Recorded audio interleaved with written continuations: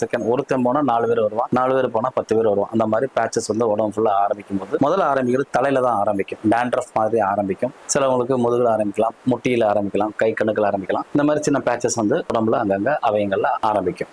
Auto immune disorder, நம்மளோட இம்யூனிட்டியே வந்து நமக்கு எதிராக வேலை செய்யுது, அதனால வர்றது. நமக்கு டாக்ஸின்ஸ் அக்யூமுலேட் ஆகி நம்ம இம்யூனிட்டியை வந்து நமக்கு வந்து கன்ஃபியூஷன்ல நமக்கு எதிராகவே அது வந்து ஃபைட் பண்ணி வெளியே வரனாலதான் அந்த ஒரு டிசார்டர் வருது. ஸோ ஒரு ஷர்ட் எடுத்து போடுறதுனாலயோ இல்லை கான்டாக்ட் இது பண்றதுனாலயோ சோரியாசிஸ் வந்து பரவாது. அதே மாதிரி பேச்சுலர்ஸ் இருப்பாங்க, அவங்க ரூம் எடுத்து தங்கி இருப்பாங்க, நிறைய பேர் குரூப் ஆஃப் பீப்புளா இருப்பாங்க. அதனால மாத்தி ஏதாவது சட்டை கிட்ட போடுவாங்க, அப்படி பார்த்தா அது பரவாது. இது வந்து தனக்குத்தானே வர்ற ஒரு வியாதி தான், ஆட்டோ இம்யூன் டிசீஸ் தான். இதனால வந்து தொற்றா பரவாது.